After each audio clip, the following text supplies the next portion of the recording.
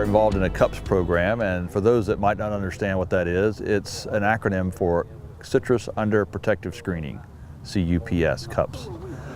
It's a system where currently the industry in Florida, citrus industry particularly, is being devastated by Asian citrus psyllid, which is carrying the disease called greening. The CUPS setup, which is a pole and cable structure with 40 mesh netting around it, keeps the bug out, thus not bringing the disease in. Our goal is to be able to produce the really great quality, great tasting fruit out of Florida, and we're growing mostly mandarins in our CUPS programs.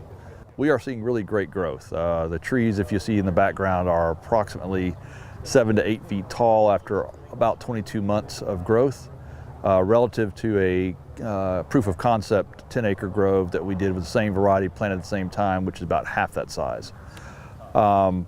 We feel pretty good about the growth aspect of it. As I've shared with others, the fruiting part is the next hurdle to go overcome, and we expect to be able to make some real good headway coming up this next flower season. A lot of questions still to answer. Pruning is one that is gathering a lot of attention right now. Again, looking at some of the trees in the background, you might see them very tall and singularly branched. We're trying to figure out how to manage that in an economical fashion to bring that into a more fruiting quality branch. Other challenges that we're running into, as I suggested earlier, are just the fruiting concept. It does get warm in here. As we're filming this, it's probably already in the 95-degree heat index range, maybe 90-degree humidity plus temperature. And how to manage employees is going to be one that we keep in our forefronts as we begin to harvest in a couple years. And just insect control also. There are insects that get in here. Some fungal diseases as well that we're learning about that you might not deal with outside because a lot of natural predators are available and they're not as concentrated or incubated, if you will, as in this kind of situation. All in all, I think we're very positive. As I said, there's 40 more acres for myself on the books. And if I wasn't positive, I probably wouldn't be doing that. The reason we're concerned about canopy management in a CUPS is because the growth rates are very, very high. Probably double of what they are outdoors. And part of it is due to large part is due to the changed environment, different lighting. It's more diffuse lighting. It's very optimal lighting actually. But the temperatures are higher also. They run typically about 6 degrees higher during the day on a sunny day in the summer, and about 3 degrees higher in the winter on a sunny day. And at night they're about equal. So the net result is you get more heat units in a CUPS. So growth rates are faster. What that means is you have to strike a balance between productivity of fruit and certainly fruit set, and then retaining the fruit and harvesting it all the way versus excessive vegetative growth, and there's indications of it here with these water shoots. Some people call them bull shoots, I think, and that's also a characteristic of this variety. This is W. Murcott in this house. You'll see the other house we'll walk to is a sugar bell. It's less prone to this kind of upright willowy branch habit, but this one's known for it. And especially in this modified environment, I think it has to be managed. When these trees need to be hedged, when they encroach on the middle, the drive middle, and to keep that clear, you could, and Andrew Krajewski, you know, who wrote this section, he is in full agreement that you could use a mechanical hedger doing the vertical cuts, and maybe at a slight angle, 15-degree angle, like a lot of people do. But he absolutely advises against height management from the top using mechanical methods, because you end up cutting more or less at the same point every time, and you end up with uncontrolled growth. And the tree is more vigorous at the top. You can see, especially these, like I said, this variety, you have a very strong apical dominance, which means they have a huge flush of growth coming out off the top, versus less on the sides, obviously. So you can manage the sides with machines, but the tops really would be advised to go, for fresh fruit production, would be advised to use these type of techniques. Well, first of all, you want to reduce the height without getting the tree to aggressively or rapidly respond to cutting. So with a machine, it will absolutely do that if you cut it all at one height. So what do you do with manual pruning? Well, you don't just smash it at one height, like a flat top haircut.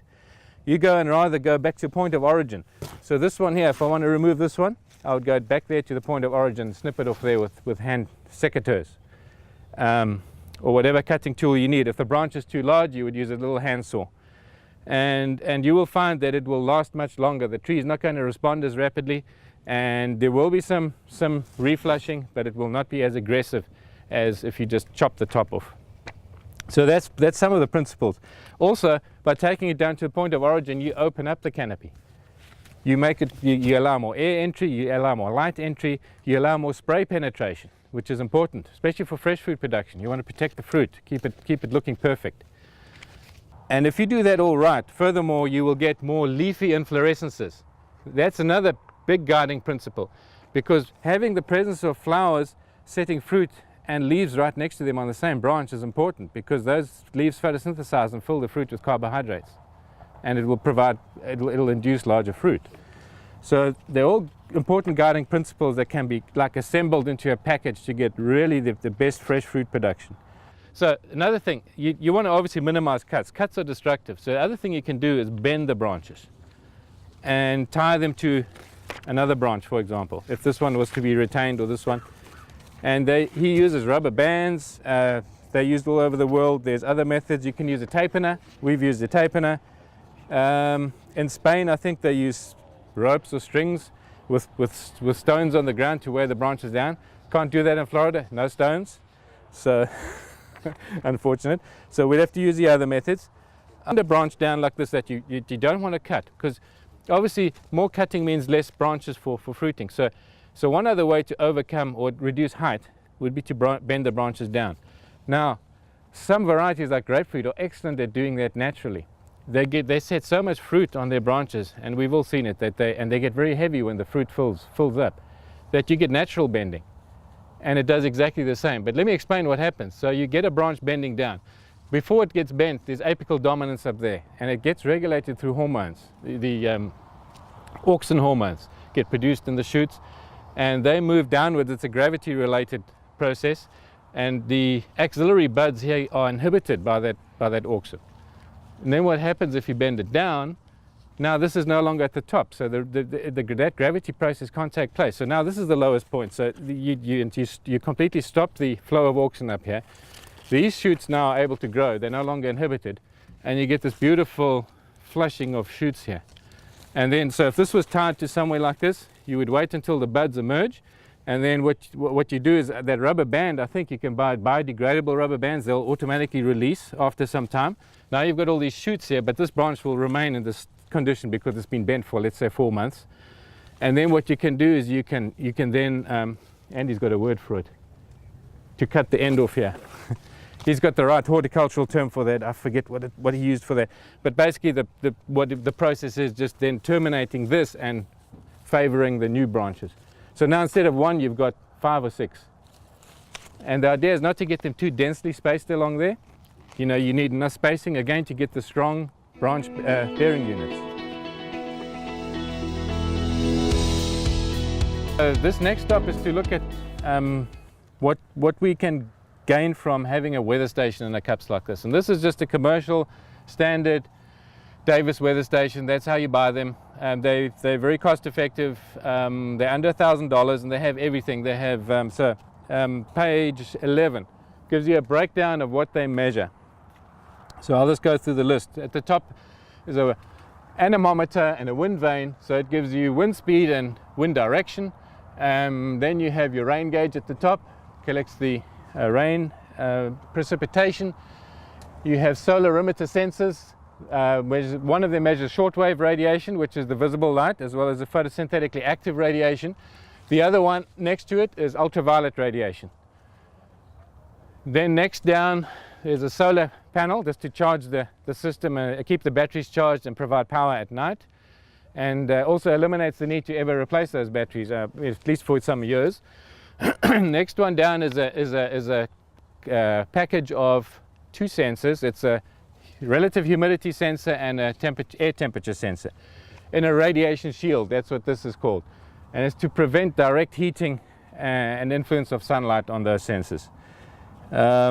So I've listed them all here. I think I'm doing okay. We're down to the air temperature. There's another photovoltaic solar panel, and that's to charge the data logger inside here, which provides the soil moisture data to the system. So that's why it's a separate solar panel. And coming down here, you will see the wires going into the ground under this tree for the soil moisture sensors. I forgot to get them out the car. I wonder if you have a minute, if people are interested. I brought 2 samples. The car is unlocked, I think. Or if somebody can get them on the back seat, I think you'll find them. Yeah, I've got the soil moisture sensors I brought samples with. They're pictured here. So one of them we sink into the ground vertically at a depth interval of 0 to 6 inches to measure where most of the roots are, to measure the moisture content of the soil where most of the roots are. And if you look at the soil right now, it's reading a pretty moist status. You can just look at it by scuffing the surface. And then that's where the feeder roots are. But more importantly, we also need to know, we need to collect data about over-irrigation so that we can optimize the irrigation schedule that we set up for a grove like this.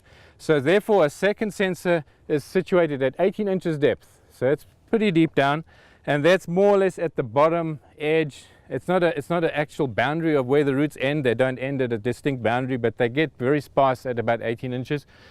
So that's a good indicator of where the maximum depth of water needs to penetrate to properly water a tree like this and to feed it. Because a grove like this is best managed with fertigation, which I'll get to later. Fertigation, the next best thing would be slow release fertilizer. But you want to get these trees growing optimally and fruit production to be optimal. So Jerry Mixon here has chosen fertigation, which is excellent. Okay, then also you'll notice an antenna there, and there's another antenna in here, and they transmit the data wirelessly to a server, and it's web-based. So that's described there. The good thing about that is you can get instant data on your phone, you can get it on your computer in the office, and you can also get email alerts. So that's important. So even without looking, it'll tell you if something's wrong. So another big important output or outcome from a weather station, it's just a simple, like I said, standard commercial weather station, is you can add value-added information like flower bud induction and chill hours. I mean, if you're a fresh fruit grower, extremely important. You want to maximize your fruit and the quality of the fruit and the amount of fruits. First of all, you want to optimize your bud induction, your flower bloom, as well as then the fruit set after that. One of the things that I think you need to be concerned about, in as much as being aware of, not that it's a bad thing, but one of the things is that if you get these heat units, typically you're going to have a very quick time to maturity. So what you normally would say, grapefruit mature in this area, you might get it to go November.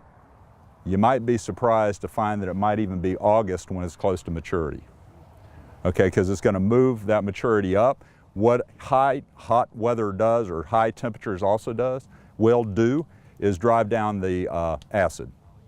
So what you'll do is you'll end up with some ratios that may get higher sooner than you would consider. So that's something that I think we've seen. I think some varieties may do better. I think this will bear out in the next few years, but grapefruit is typically more tropical than subtropical, and they seem to be able to withstand the heat better and therefore accumulate good quality. And that's one of the things also in the tropics that you have to be concerned about, is if you have so much vigorous growth on these trees, they're respiring. And as they respire, they are not assimilating carbon, they're breaking down carbon, and therefore your bricks may not necessarily attain as high of a level as it would be in something like would be a subtropical climate. So you got to remember that in as much as we're changing things in here, and this to me seems like it's more of a tropical than a subtropical climate, there are some things that you need to look out for.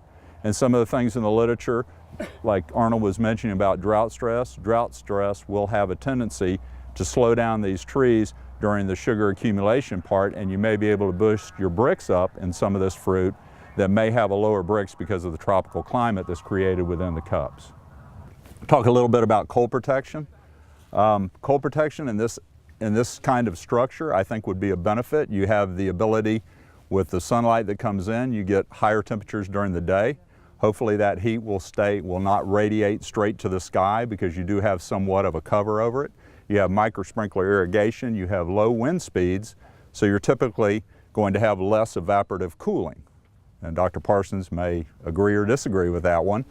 But without the wind speed that you typically get outside, micro sprinkler, you're containing the heat inside a structure, so it should be much easier to affect the microclimate during a freeze inside one of these structures. We can take some lessons learned from our friends that grow ferns up in DeLand, and they grow them under shade cloth, and one of the things they do for cold protection is they can run sprinklers over their shade cloth. Not loads of ice, but a thin coating of ice that acts as a cloud basically and reduces the amount of solar radiation that leaves out from underneath or from the ground and up through the structure because it's got a layer of ice, kind of like an igloo. So I think those are some observations that we'll need to bear out. I know that we've talked about recently about measuring the vertical change in height in one of these structures where we're measuring temperature like every foot or 2 foot to see what the difference is, to see if there's some ways that we might be able to modify the climate in here to be a little bit more conducive without getting all that, necessarily the excessive vegetative growth that we sometimes see when you get inside one of these structures where you're basically in a greenhouse.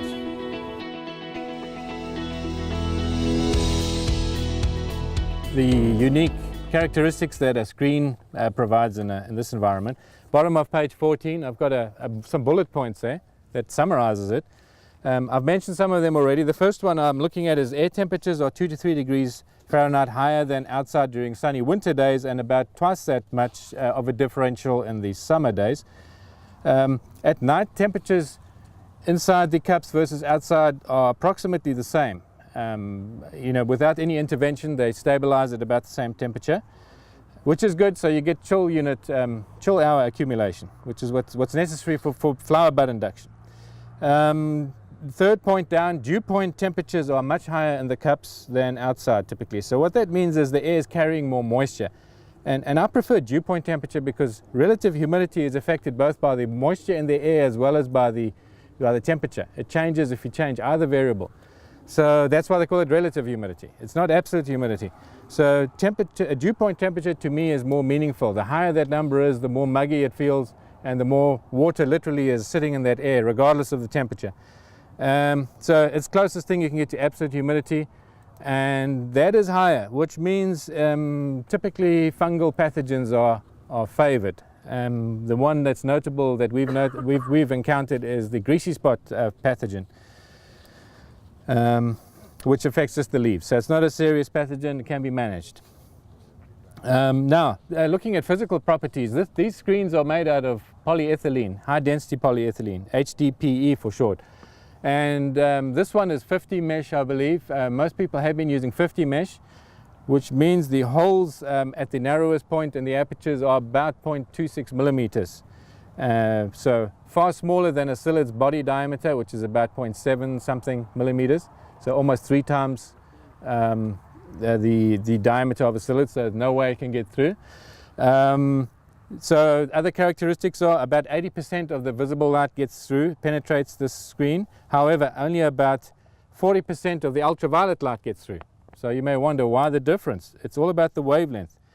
Visible light has 2 pathways through the screen. It gets through the holes, the apertures, obviously they're unimpeded, but then another almost a full 40% gets through the fibers because they're translucent. And it doesn't do it in a direct path, it goes through refraction, which is bending of light.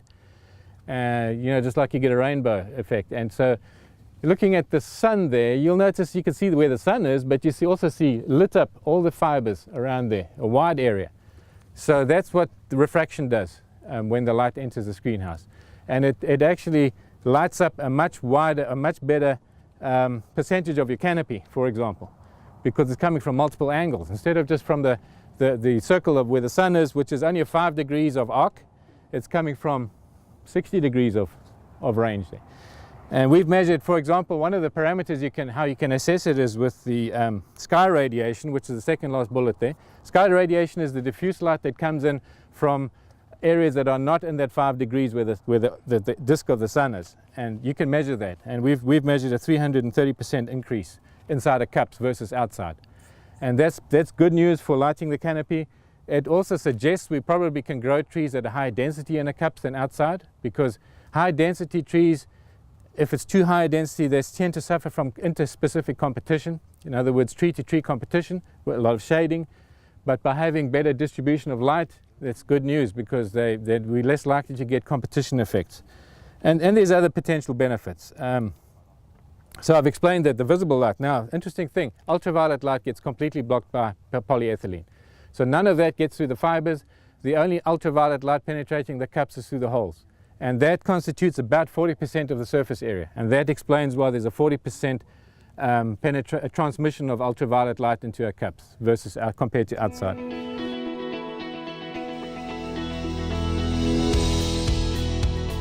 We have 50 mesh screen in here, but it blocks a lot of light, and so one question has been, can we increase the mesh size of the screen?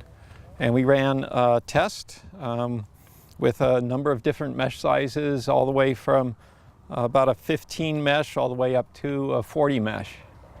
And on page 20 on the bottom, there's a SEM picture of the screens that we measured. And you can see there are little defects in the screen that you can't see with the naked eye, but are clear under SEM, little grooves and little dings. And sometimes the fibers are splayed a little bit as they cross, and all of that affects how the screen moves.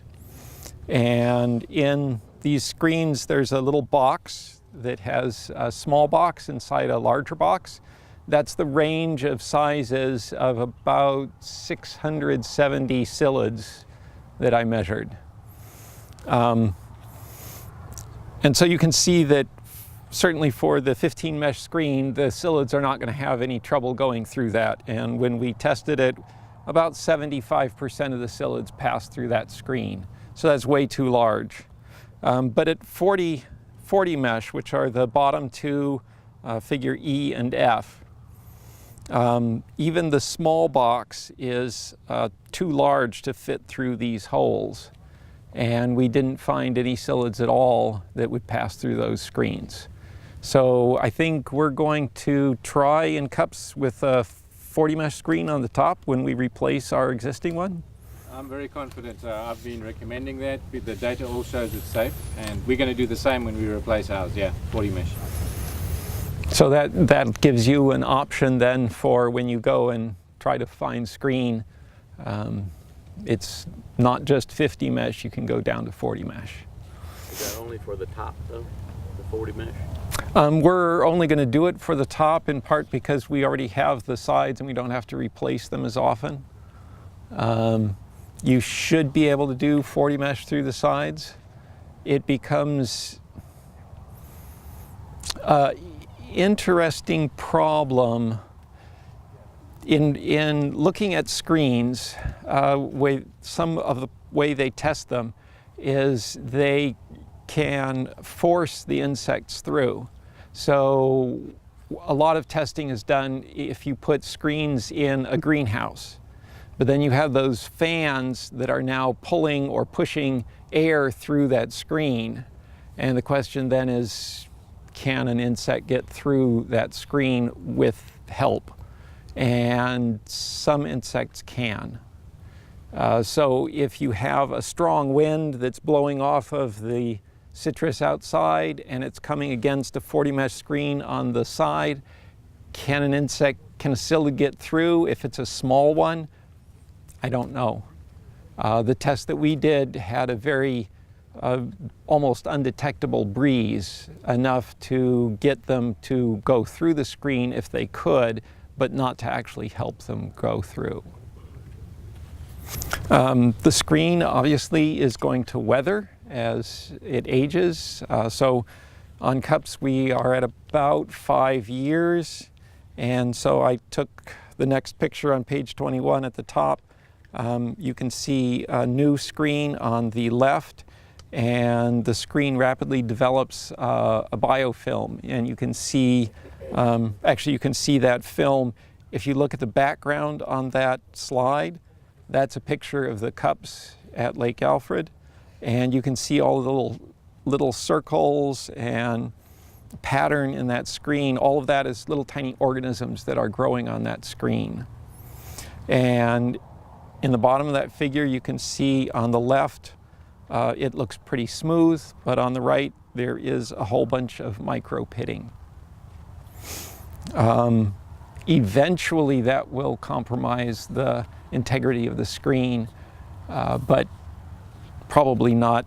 You know, it probably can last for quite a while still. It's not a big concern. It's just simply interesting to note.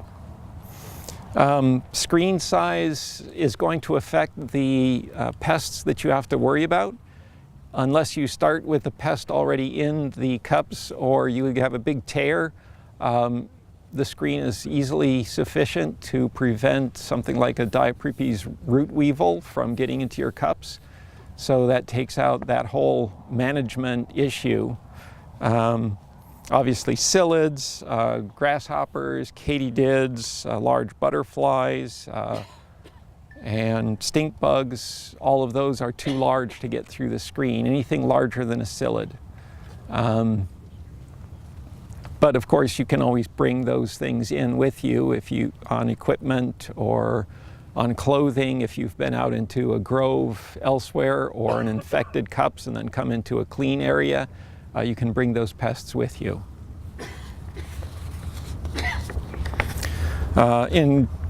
In addition to excluding pests, the screen will exclude beneficials. So on the next page, you can see ladybugs, a couple different species of ladybug, ladybug larvae, honeybees, and spiders are pretty much all excluded. We do have spiders in the Lake Alfred cups, but they're little small things, only a couple of millimeters. The big orb weavers are excluded. We haven't seen any. We haven't seen any widows. We don't have any widows that we've ever found. No. So those are excluded too. There are a whole bunch of very small pests that get through this screen. You'd have to go to a finer screen to exclude these. Things like purple scale. I like this picture of the purple scale because it has evidence of biocontrol. Sort of, if you look at the D in evidence and come sort of straight down, the first scale that you get to has this little teensy-tiny circular hole. That's where a parasitoid emerged from that scale. Obviously, thrips are a problem. Could have brown citrus scale or snow scale as potential problems. Currently, we have rust mites in the Lake Alfred cups. We have had red mite and two-spotted spider mite and a couple of species of thrips. One thing that you've heard today is that the cups changes the environment, that you get a warmer, more humid, and that will increase the rate at which the insects develop as well as the citrus trees. So scouting is really important, and you probably want to go at shorter scouting intervals. We scout every week for mites and thrips and anything else that we can find in the cups. We recently found aphid, and we have a leaf roller. We haven't had leaf miner in a while. And we scout every week, and we take about 228 samples in our acre. We're hoping that that's not what you guys have to do. We're doing it at that intensity so that we can learn exactly how cups is influencing the rate at which these pests develop, and hopefully at some point get recommendations for improving pest management.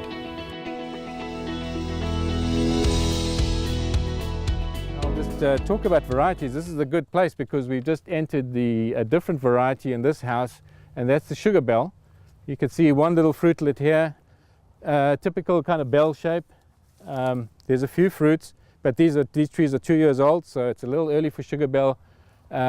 We've got some in our cups at the CREC, and they're showing the same type of signs. They're not certainly not a heavy year 2 fruiter, so we want to be on target for a 3rd year harvest for these.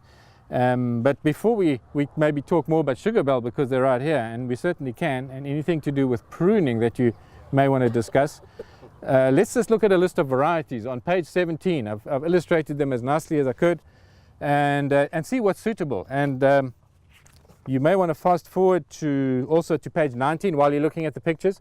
Some important summaries there. What are we looking out for at the top of that page there? And basically, a big incentive is early harvest. We want early season harvest because the price is better. And that's the number one, I think, criteria. But also, it's good to get the fruit out of the grove so that you can do other things, so that you can do your pruning. You reduce the risks of freeze damage, because just the duration of fruit hanging on the tree during a risky part of the year for freezes makes perfect sense. So get them out. And if an early variety can be harvested as early as now, as many of you will know. So Sugar Bell is not super early. I think Sugar Bell is starting to ripen there, but the breeders tell me about end of November into December is typically its peak production period. But there are other super early ones, and I'll try and highlight them for you. So early Pride is typically earlier than that. That's the first one on the list there. Persian lime is, of course, an acid citrus. It grows very well in cups, but of course its production is protracted throughout most of the year. It flowers sporadically, and you can pick fruit of it off Persian lime trees for most of the year. Likewise, the lemon. There's a slightly kind of focused bloom and fruit set period in the spring, but otherwise there are lemons on the tree you could pick for most of the year. The next one is Ray Ruby grapefruit. And while I'm going through them, I'll just highlight other desirable characteristics, which again I think I've summarized on page 19. But number one is heat tolerance. So we've explained enough about that now, how that changes. You can feel it here perceptibly. It's hotter in here. And so therefore you also need to avoid varieties of citrus that do not do well in high heat. So in my experience already so far, the Persian lime loves it, lemons love it, grapefruits absolutely love it. Honey Murcott does very well in high heat. The W Murcott does well, which is the other house we just came out of. And so far our trees that we're testing are only as old as these, so we don't have all the data we would like, but the early indications are very good for the Sugar Bell also, which is the one you see in front of you here. So you want more tropical type varieties. You don't want Satsuma, something like that. It just won't work. You don't want blood orange. Not that you can't grow it in the cups, but it will never form that purple color. It needs cold temperatures for that. So there's a couple of other important points. The other one that's self-evident, it has to be self-pollinating. So you may notice some of these pictures here show seeds, others not. It's more desirable by the market, by the consumers, to have seedless fruit. Much better. You'll fetch a better price for it. And so what happens is some varieties, when you exclude the bees and other pollinators from their growing process, they will stop producing seeds, and others will not. So I've got some examples of both here. All the ones at the top there that I've already read out and mentioned to you, pictured there, meaning the early Pride, limes, lemons, at least those lemons, and the grapefruits are seedless in the cups, and so is W. Murcott there, Page, Tangelo. Honey Murcott is not. It does not lose its seedless characteristic. It becomes slightly lower seeded, but it is not seedless in the cups. But it's a beautiful fruit, late season. So that's the other thing that's less desirable about it. Harvest time is generally March to maybe late February into March. So not super late like Valencia, but it's much later. Bingo is a new variety, totally seedless, but it's small.